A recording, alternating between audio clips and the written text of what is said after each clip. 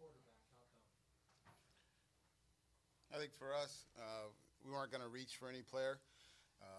Once you got through the first round of those 5 quarterbacks, we kind of thought, there's a little bit of an order. And as they started coming off the board, we were in position to get a couple. And as it always is in the draft, a couple guys went before we picked. But we weren't going to reach for anyone at that point in the draft. There were some players that we liked, but we ended up getting some good players that we think will help us now. And just to add to that, the 2 other players behind Tannehill are guys that are young, probably younger than they're perceived to be. So we think their best days, they still have plenty of time to get developed. They're not older, so that was also a factor as well. So I guess the idea is you're comfortable Osweiler or fails as if Tannehill goes down, taking over the season. Yeah, we have confidence. That's why we signed him, Dave. But obviously, we're sitting here. It's the end of April, and as we've seen in the past, there'll be a lot of transactions between now and opening day. But to answer your question, we do feel confident with that group. No defensive tackle either. Does this say that you're very confident in the group that you already have? Yes, we are. And like I said, we'll keep exploring opportunities that, post-draft here. There's opportunities to add players, and there's be some pro free agents that come open as well as after June 1st, as they always do. So we're very confident that we'll keep adding depth to that position. Chris, you hit some need positions in the first couple rounds, and you were able to address some of those needs that you had coming in without sacrificing any of your future assets, future picks. How important was it to you to hold on to those as you continue to try to shape the roster the way you want to do? You'd always, like to make sure that you have ammunition next year. But if there was a move to be made that could benefit us, we have Trader Mike here to get us going. So, but no, we had to restrain him this year. It was hard for him. But no, really, and it's a credit to him, is that everyone that calls feels like Mike's trying to get something on. They're like worried about it because Mike does such a great job working trades with people. But for us, we got great value, we think, of the players that were there. And for us, if there was a trade to be made, we would have done it. We tried to make a couple. They didn't work out. So.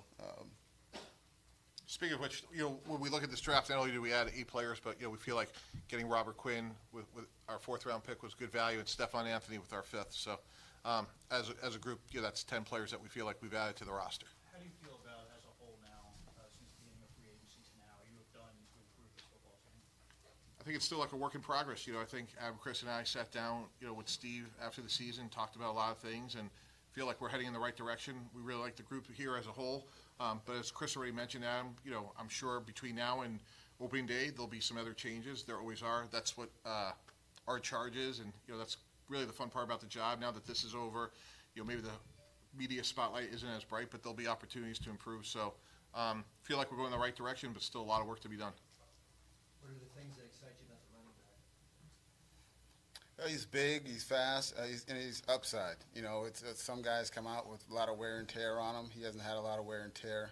I think his Senior Bowl week, he went there determined to show people that he was undervalued in his mind, and that's the first thing he said. When we called him, to tell him he was going to be a Dolphin, and he said, "I don't think there's 11 running backs better than me that went in front of me." So he's confident. He understands that he's going to have to work and improve and earn his spot, but he's very excited to be here with Kenyon and Frank. And so for us, the value was important. And the locker room is really important to us. And we talked to our punter, Matt Hack, who was a teammate of his, and he felt really good about him. And that was an important piece to the puzzle, just because, again, like the types of players that we're adding on and off the field is important to us. So having one of his teammates here was good. Chris, I know everybody that you got, you were very surprised by the value you were able to get at your location, where you just didn't expect that guy was going to be there that late? I didn't expect Minka to be there, and from the first pick. For me, he was probably, however you put it, probably one of the top 5 or 6 players in this draft. And as we got calls after the pick, other teams kept calling us, telling us, he was one of our top 5 players of the draft. So for us, the value at that point was surprising that he was there.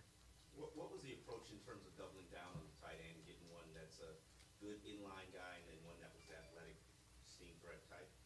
We wanted to create competition at that spot. And the big thing for us is we spent a lot of time with all these guys. And with Durham, we had a really good interview with him. We liked what we saw on film. We saw him play down here versus Miami. And for us, adding another guy who can block, another wide of the roster to compete with those guys. And so having variety and being able to have Adam have different chess pieces, whether 12, 21, whatever, 13 personnel. So it just gives you more opportunities and creates competition, which will make all those guys better. And Omar, if you go back to last year, we were able to add Derby during the season from Denver and Escobar, last week. So that was a position that we really want to add a lot of, as Chris said, competition, but depth. And we feel really good about that position now. And that's taken a couple of years that we're now comfortable. Those are really hard players to acquire, and they do fall into two different groups. So it wasn't just over the last 48 hours. It's been several months in the making in trying to get that group to look like the way it does today. Chris, what was it about Jason Sanders that made him stand out above the other available kickers? Well, Coach Rizzi and Marwan did a great job spending a lot of time, get to know the kid. He's got a powerful leg, and that's the one thing they liked, getting to know him and spending time. They went and worked him out in the spring, and to their credit, that's really driven a lot by them. Our scouts have seen him. They spent a lot of time on the background to get to know the kid. We brought him in on a 30 visit, so he was here in the building, so we got to know him. So he was a player that the coaches and scouts identified, and they did a great job, and so we're happy to have him. Was there a specific point you thought a quarterback was going to be in your range and that he went off the board? Because it seemed like every time you were on, 3 or 4 picks before your quarterback went, was there one of those guys you thought might end up in Miami? Not really. I mean, they were in the mix with certain guys every time, so it was never where one quarterback was completely there. So it was always quarterback and another guy, and then quarterback would go, and we were very happy with who was there. You drafted players from a lot of heavyweight programs. Is there a philosophy behind that? Well, we know that the Ohio State players better be really good. No, and really, we took Southern Miss today, Ohio U, New Mexico State. For us, it's getting to know these kids, and if they fit with what we do, and they're productive players in college. So for us, we're just taking the best value for us at any point in the draft. What was it about Cornell Armstrong that stood out to you guys? Well, we brought him here on a 30 visit, got to know him. It was his speed. He's fast, he's athletic. We think he has great upside. So when you're getting that point in the draft, we're very excited to add that because we think his potential to develop down the road is good. Great kid, tremendous story to him. We just got to spend a lot of time and liked him. We liked his film, and we just think for him, he'll be a good player, has a chance to be a good player for us in the future. How comfortable do you feel in your offensive line since you didn't draft the guy there? What are your thoughts on that position? Yeah, we've, again, put a lot of time and effort into that, going back from the end of the season, getting Josh Sinton. We felt, that was a great opportunity for us, trading for Kilgore, and then being able to keep Jawan, on his 5th-year option. So that was really important to us. And some of these other guys, it's a little bit like the tight end position. We feel better about the depth, having Ted Larson come back, and Jake Brendel and Jesse Davis, Eric Smith, we're excited about him. Zach Sterr played, meaningful snaps last year in the Buffalo game. So those guys have played a lot. Jeremiah Washburn, Chris Cooper do a good job. So we feel better about that, the depth of that position.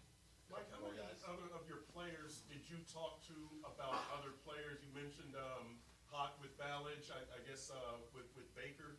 You talked to Denzel Ward and well, Raekwon. And Raekwon, right. So how many other players? I mean, with Minka, did you go to Kenyon Drake or anything like that? Yeah, we just kind of do that organically.